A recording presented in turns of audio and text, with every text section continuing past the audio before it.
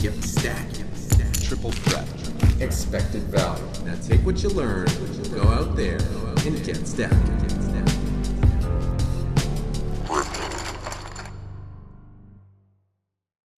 What up, gripsters and random YouTubers? We are here at the end of a very epic run following George Archer 1066, who shipped the Wednesday challenge on 888 Poker for just over $7,000. We have seen some very creative play, some of it being well justified, and some of it being, well, bad. I just found out George is a quite young player, and it shows that his game is very raw. It's very raw and not so much refined. And you know what, say what you will, I think it's very refreshing to see some raw play and just seeing what spots can come from being creative and being open and just trying things. But there's also been some stuff that's just like WTF. There have been misclicks, misunderstanding of concepts like being priced in.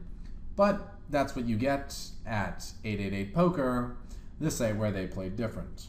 I hope that from going through these concepts and hands and stuff, we are able to refine those things for both George and everyone else watching. That's kind of the benefit about people making mistakes and doing things that we can comment on. It's a lot easier to learn from a mistake than it is to learn from a great play, I think. Anyway, we're now down to three-handed, soon to be heads up. Tommins has done a good job stocking out and surviving, but I Play Nuts has been playing very well, so we may be in for a treat if we end up heads up against him. Let's see what happens, shall we? Jack 7, we're getting great odds, flop top pair, and probably shouldn't be folding. This is a good spot to just take our hand to the showdown, and Archer goes for that lead on the river, so that our opponent can't check back with a hand like sixes. This time I like the lead out because it's a very easy spot for opponents to check back ace high or any pocket pair when the board runs out like this. Unlike the spot in the last video where I think we're still going to be getting a lot of bets from our opponent. Here we do our check call thing that we've been seeing a lot. And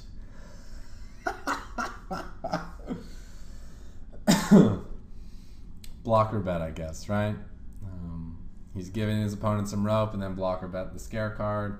Had it been a more harmless card on the river, I guess we probably would have been seeing George check call, but there, just to keep things simple, he went for the block bet. And you could say, well, why block bet? It's easy for your opponent to bluff raise you and put you to the test. But when there's another player left in the tournament who's much shorter stacked, it's not so easy to pull that trigger on a bluff raise, so I like it. And here we got a board where our opponent is going to be c-betting just about everything he's opened on the button, and we've seen that he opens a wide range on the button. So it's a decent board to go for a check raise, and I like the sizing. George has made it such a size that it's pretty tough for I Play Nuts to float. He's going to have like 2/3 of the pot left on the turn. Whereas if we made it like min, maybe he has some more room to float, and we just don't want him to do that. So if you're going to check raise bluff and you don't have any equity, make it a size where it's pretty hard for your opponent to float. Raise, but not going to be calling a jam with the 7 high. We are getting 2.7 to 1, Jack 5 off, kind of weak, suited, maybe peel, and get shoved on, fold. Okay. I mean, in the comments he says he should have folded to the 3-bet, especially since he doesn't think his opponent will be light. I like the awareness. Ace 6 here for 20 bigs. I like a shove or a flat. I do not like a 3-bet fold. I don't really see the point in a 3-bet fold, but there's some people saying some stuff in some of the other videos, so maybe this can be justified. George and others' thoughts on this play, please. I feel like for 20 bigs, jamming's pretty easy, straightforward, especially with the other player being short stacked. You apply the ICM, all that good stuff. Or just flat and take your 4 to 1 preflop. But to 3-bet a hand that has value and to have to fold it, I mean, the price wasn't that great, but still, we've put in 250K and we're folding, needing 40% equity. I just don't like it. I don't like letting this guy get the last bet in when we have the chip stack to be pushing players around. When ICM's in play, you want to be putting pressure on your opponents, being the person to put the last bet in. Okay, I see top pair, I see call. Notes say that he's almost certain he's trapping by limping, and if that is the read, then respect on being able to fold top pair. That's always going to be a very read-specific play. And we've seen this script before. I understand the check calling on the flops when we actually have it. I don't really understand it when we don't have it though. Okay, so ace-4 suited. We're looking at about 13 big blinds. We can afford it. We're probably gonna have close to that 40% and lose to the a7. It's tough because our hand is suited, which makes it very tempting to call, but it is still ace rag. The other option here would have just been an open shove. It may seem wild, but it's only 20 big blinds, and for all the factors I mentioned before about ICM, makes it for a good play. We could also raise fold there to keep Tommins in the game, but keep him short so that we can steal more from my play nuts. And here with our mesh flush draw, we go for the bluff. I don't think we need it to be that big. We're not really trying to get him to fold any pair. He's not going to fold a king or a queen. So we only need to bet large enough to get him to fold like pocket sixes or ace high. And apparently we did not bet big enough to fold him off of ace high. But as I said, I play nuts has been playing very well. He's a reg. He appears to be a very good hand reader.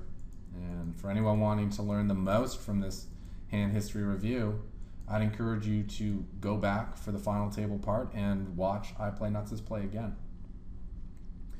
Oh, Tommins. He's been barreling before when induced. Min raise, and he folds. No surprise there. This guy really goes for it. Anytime he's given the rope, he just fires away. And it's nice that George was aware of that and made the adjustment. And we're free rolling some equity. Ace-5 is better than King-Jack, and now we are playing heads up. 40 big blinds deep, even stacked. This will be fun. Okay. I Play Nuts is probably going to be playing a very aggressive button opening strategy. George, based on what I've seen so far, is probably going to do the same as well. 5 is fine for showdown value here, so we check back on the turn. No. I was thinking like if there's some value in two barreling, but I don't really see it. So what do we have here? A limp? No. Yeah, limp. We lead out, get jammed on, fold. And dry board. I definitely could see, I definitely like a c-bet on this board. It's a dry board. Remember, our opponents are more likely to defend high cards than low cards, so when the board comes out all low, it's not that likely that our opponent has hit it. Here, we 3-bet with the king 3. The king is ahead of his opening range, but doesn't connect with boards too well. Blows my mind that getting these odds 3.2 to 1, basically to a min click, this guy folded. I guess he doesn't like playing them re-raised pots. And his king 10 suited, on the other hand, I love the flat because it's still ahead of his opening range, but it does so well in terms of flopping, and it crushes a lot of I Play Nuts' opening range. So we actually want to invite action when we have these hands that crush the opening range, versus when we have the hands that are slightly ahead but don't really play that well. We just kind of want to get the hand over as quickly as possible. We flopped a gutter and a backdoor flush draw, so we should not be folding. The question is, would we prefer peeling or check raising? Check raising will not fold him off too much. He'll probably call with a queen, he'll probably call with an ace, he'll call with any draw. And I don't know that I don't really expect him to two-barrel that much on this board, actually. So I think I like check calling and expect him to shut down on a lot of turns, and now we can fire a bluff on the river. Or we could make an even sicker bluff that gets more credit because it looks more like a flush than leading out would. Oh man, this is an awesome play. Love river check raises. We get value out of his bluffs here. We can actually steal the pot from hands that he is value betting with that can't call a check raise that would have definitely snapped off our river bluff. So let me just read the notes straight from George, because clearly a lot of thought went into this hand. Can hit really well, so opted to disguise my hand by flatting, and I didn't want to get 4-bet off my hand. Don't think he's ever checking back if he has flush draws, so is expecting to get a fold from all his hands, even 2-pair, by check raising the river. Had we bet the river, though, those hands are not folding. I hadn't pulled a big move on the river, so I felt I'd also get credit for it. I'm not going to read the last part of this. Oh, wait, yeah, I can. I guess he did hero call my big bet with ace high earlier, but here if he's wrong, it's very unlikely he'll come back, as I'll have a 3-1 chip lead. And the difference was earlier when he called with ace high, that was just for a bet. This is for a check raise, which is a lot tougher to call. And he does call with 2-pair. Hard to expect people to fold 2-pair heads up. But I like the play, I like the effort, and I think we get folds from a lot of hands. So now we're down 3-1 chip lead. Very unlikely we're going to come back, right, George? Wrong, because this video is called Wednesday Challenge Victory, not Wednesday Challenge Runner-Up Finish. We got another lead out on a dry board. Ooh, double lead. That's some Greg Merson-ish right there. I was going to say it. I don't really like the lead because I don't buy it. It's very uncredible. But once you put that second barrel in there, you're going to fold out a lot of his floats. Any notes on that hand? No. Not even worth talking about. Definitely like a c-bet with the gut shot on this board. Give yourself a chance to see the river for the price of 1 bet. Hands that should be checking back are hands that have a bit more showdown value, or hands that just have like...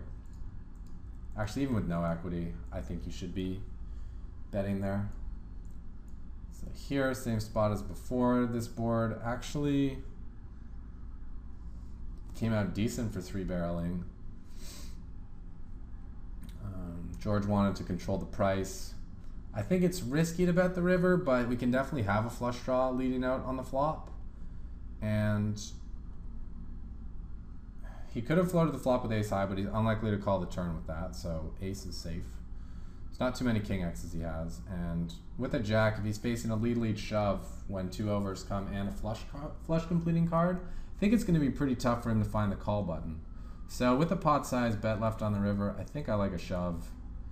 George opts to check, and I'm almost certain that he would have folded that hand. So George was semi-bluffing with this line, laying himself 3.5 to 1 there, and 4.2 to 1 there. So he's giving himself a fine price to hit his 5-outer. But when you're bluffing, you're going to end up hitting the river with nothing a lot. And when it's a favorable situation, sometimes you got to fire out that last shell, even when you don't have it. We weren't just betting to try to make 2-pair trips. We were betting because we thought we could fold him off enough of his hand range by the river. And this board just ran out perfect. Just got to pull the trigger and go for it. Open shove for 13 bigs. Not much to talk about there. I know we have a suited connector here, but we are getting good odds. I don't think I like a peel with 4 high. Even if we flop a pair, it's never going to be top pair. But once we flop this on a board where he's going to be c-betting his entire range and he's opening a somewhat wide range pre-flop, yeah, I don't think we can check fold at this point. But that's one of the reasons I don't like defending it in the first place, is that just like even when you hit, like you hit pretty marginal. I think it's a good spot to check shove though once we've gotten to the spot. And that's a lot of spots in poker. It's like, well, once you're in this spot, you have to decide what's more profitable between your options. But you always want to think before, do you even want to invite the potential of getting into a future spot? And you make those decisions on earlier streets, pre-flop, flop, and turn. before you get to those later streets. Because sometimes you're just setting yourself up to be in a shitty spot even when you get like the best possible flops for your hand. So ace X, I like a jam, but we get a min raise and a call. He says bit deeper, so I opted not to shove. You still only have like 15 big blinds. It's not like you're really deep. And we flop very marginal and go for small value bet on the river. And I guess that one worked out for us. The board came out perfect. I don't know what he's doing, min clicking back out of position. I guess he's trying to induce us to shove. But like, dude, it's already 260 in the middle. The guy's like 2x pot left. Just shove it in. I think that's some fancy play syndrome there by I Play Nuts. Just trying to get a little too much out of a hand that he should have just played very straightforward. And that is a pretty sweet flop. Although we have flopped the absolute nuts, I definitely like a c-bet here. Because it's a c-bet we're going to be doing with all our hands. If we check back, we may look like ace high, we may look like a mediocre pair, but he may think something's up. When we c-bet here, it's just like everything's totally normal. This is how we play with like 100% of our opening range, so we still have tons of junk. And at this point is when we feign the weakness. We throw in that check to be like, yeah, I was just c-betting, I don't have it. And go for a v-bet on the river. He calls us with ace high. Perfectly played. If we play it any other fashion, we get less bets. So I really like how George played that one. And we see it's so much easier to call a river bet of 350 than a turn bet of 350 there. And suddenly we're even stacked. All it takes is a sick bluff, a sick run out, and a flopping of quads, and we're back in the game. Playing that showdown value with third pair. Chip lead, getting close to the end. So got that dry board. Go for the c-bet. Oh, I see there's some notes on this hand, so something might have happened. Didn't feel he had an ace as he didn't 3-bet and knows I'm often going to c-bet that board. He also started pulling moves like this last time he was short. Does that mean we're going to click it back? Ooh, it does. And I dig it. I really like it. Because if our opponent had an ace, pair of aces, he's probably just going to check call the flop, try to get his hand to showdown, induce bluffs from us, stuff like that. When he's check raising this board, it's probably for the exact reasons that George mentioned. We have a wide range. We're c-betting this board with everything we've opened pre-flop, so usually we don't have it. So we should be folding to his check raise. Except we're on that next level where we're thinking that he's thinking that, so we're going to click him back. Is he on the next level where he is then going to click us back? No. He ain't got it. Hand caught in the cookie jar. Send the pot over to us. All right. Now we have a nice lead. And going for that lead out again. Oh, I hate having to fold here. What odds are we getting? 5-1 with a gutter. Backdoor flush draw. Gross. I think I would have check called this flop because we can also turn clubs to get a hand that becomes very good for check shoving or lead shoving the turn. But alas, we bet folds. It's not the worst result. He could peel. If he has a king, he's probably just going to call on that flop. Actually, let's go back to that. If he has a king, he's probably going to call on that flop. So we get the chance to see our gutter. He min raises here, and based on what we just saw the last hand, that he's trying to make these plays. And so what I was talking about, he may think that we're going to be approaching the game the same way. He may just be bluffing here, thinking we don't have it, and it's a spot where maybe we want to just bet 3-bet shove the flop. Worst case, we have plus the backdoor flush about 20% equity. It ain't bad, but George is more of a small baller, or he likes to at least wait till the later streets to make his moves. So we'll just let him do that. And here we got the eights. We take a play from I Play Nuts' book, and he didn't learn his lesson right, because he tools out and jams over our click back when we've seen this spot before. He's supposed to just call, take the pot odds, try to flop a 5, and check it down, runnering Broadway, and get a little value on the river. I think this is the first time we've 3-bet him all match too, and he just instantly tooled out there. Yes, he did get dealt an ace heads up. An ace is expected to be a better than average hand heads up. But when it's the first time the guy 3-bet you, you know, get away from your standard play, get away from your default play, and adjust to what the situation is offering you. Clearly, he didn't want to do that. He didn't make use of the information, and now he's a 2-to-1 dog to win. And based on the fact that this is hand 398 of 398, I would say he has about a 0% chance of winning. So we call with the eights, as we'll always do, heads up. Replayer is getting closer to accurate now with his chances of winning. Oh, and he went up? Nah, they still down. Full house for us.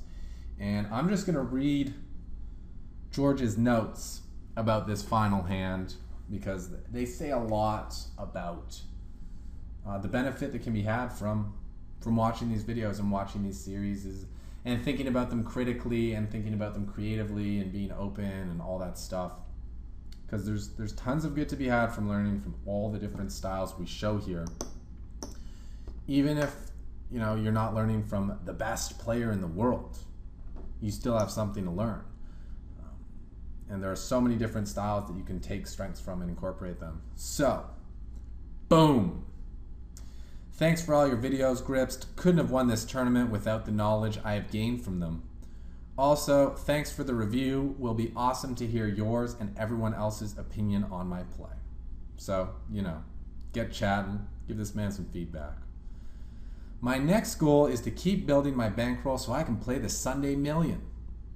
I also hope to make it to the WSOP main event next year when I reach 21 and represent Team Gripst. 7 exclamation marks, because it is that exciting. I really like the discipline here. From seeing some of the play, I was worried, he might be kind of spewy. So he might be kind of spewy with his bankroll and be like, all right, I banked 7K, time to shoot big, time to go play those bigger ones. But he says the goal is to build the roll to play the Sunday Million. He recognized even though he won 7K, even though he could afford $200, he only has 35 buy-ins, plus whatever he had before, for that tournament, and he can't really withstand the variance yet. So, you know, play the $50. Maybe even go to the 70s or the hundreds, but it's still kind of risque. So I really like the long-term perspective there of recognizing how the enterprise of building a bankroll and being successful in poker comes about. Is that you don't just try to run it up and shoot as quickly as possible every time you get a win and be like, okay, play bigger, play bigger, play bigger, and see if I can maintain this momentum. You acknowledge that when you get a victory, you probably played well, but there was also a lot of luck involved, and that you're not just going to win every time you fire up another tournament. And so for that reasons, you want to protect your bankroll so that you're able to withstand the variance. And I really love the discipline. It gives me a lot more respect for the play, because I realized that a lot of this was being creative and seeing what can work by playing outside the box, but it's not like this guy's just a spew master in all ways of life. So, good discipline, good play, great results, obviously, and thank you for sharing this hand history with us. It was real cool. Nice change of pace from the usual. And that's going to wrap up the series. This series was quite interesting, in my opinion, because our hero is not a full-time poker pro. He's a student working on his exams. He plays when he can and keeps his knowledge up to date by watching the Grips videos.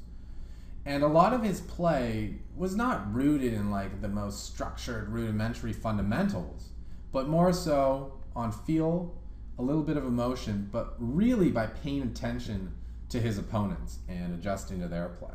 That was something also that Hilke did really well, and people thought he was crazy.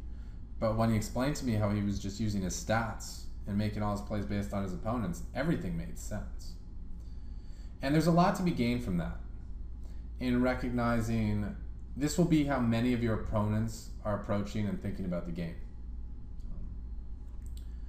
Like, a lot of them are going to be doing it based on feel, based on emotion, and some of them are going to be doing it based on their standard fundamental game, and other ones will be doing it based on stats. You got to know what weapons and what tools your opponents have to figure out what level they're on and then get one level ahead of them. To get the most out of every hand you play, you want to understand where the recreational players are at emotionally, and in turn, how they're likely to translate that to their play. Are they frustrated? Are they excited? Are they fatigued? Are they angry about losing a sports bet? All that stuff. You got to know what's going on. And you want to be aware of whose game is rooted in sound fundamentals and mathematics and incorporate a more balanced, unexploitable strategy against those types. You see, poker is a people game. The cards are just part of the show. The better you can know your opponents and how they think about the game, the better you're going to do. The biggest takeaway I can give you from this review and from reading George's notes is that a vast majority of players think about the game in one way, at least in their initial development, until they've learned a lot and seen a lot of other things. And those players will assume that their opponents think about the game the same way as well, because like I said, it's the only reference point they have. This is how they play the game, and they assume, therefore, it's the way that the game should be played. So pay attention to their style of play and recognize that they will probably assume whenever you make a play, it's for the reasons that they would have done it, centered around their play style. It sounds super complicated, but it comes with experience, and just knowing that it's something you should be thinking about will put you one step ahead of the game. So I hope you learned a thing or two in this series that you can add to your game. I'm sure you did. I'm sure if you were open and listening to what I was saying and thinking about the spots, that you learned something. I mean, we talked about a ton. There's no way you didn't. And I hope you can use that knowledge to increase your profitability and build your bankroll. Please leave your questions, comments, and feedback. George has said he's very excited to hear what you guys have to say. I am as well. And if you liked what you saw and you want to try your hand at some fish-filled super soft tournaments, the sign-up link for 888poker is in the description of this video and is waiting for you to give it a little click. Just tickle that link just a little bit. I promise you will thank me in no less than 2 weeks if you give it a go. And when you're done with that, you know what to do. Take what you've learned, go out there, and get stacking. Yeah, we get it stacking. Grips.com taught you how to get it stacking. The flops I be smashing, the pots I be blasting. Grips.com taught you how to get it stacking. When the main event, man, that could never happen. The Grips.com taught you how to get it stacking. Now you're picking up traction, getting action. Grips.com taught you how to get it stacking. Stack it up, cash it in, damn I win again. Many friends come to play, cause I'm on the internet. Better yet, I flop the turn and take a chance upon the river. I'll bluff you with the 7-2 offsuit, whatever's clever, call you all in while your chip stacks falling. Better believe the dealer, cause the game just started. Don't know the rules, you bet it all and then you risk it. If you wanna learn it, you should go online and hit up Grips it. Yeah, we get it stacking. Grips.com taught you how to get it stacking. The flops I be smashing, the pots I be blasting. Grips.com taught you how to get it stacking. When the main event, man, that could never happen. The Grips.com taught you how to get it stacking. Now you're picking up traction, getting action. Grips.com taught you how to get it stacking. Ever since a young cat, wanna pocket stack with cash in the fast stack, crammed in the clam clip. Gotta get the action, gotta get it stacking. Dollars on the noggin, want a lot of transactions. Started as a little retarded, now with the knowledge, playing cards, flopping. Bombarded cause it was harder than I thought. Then I got on Grips.com, asking and got what I needed to beat him and get it stacking.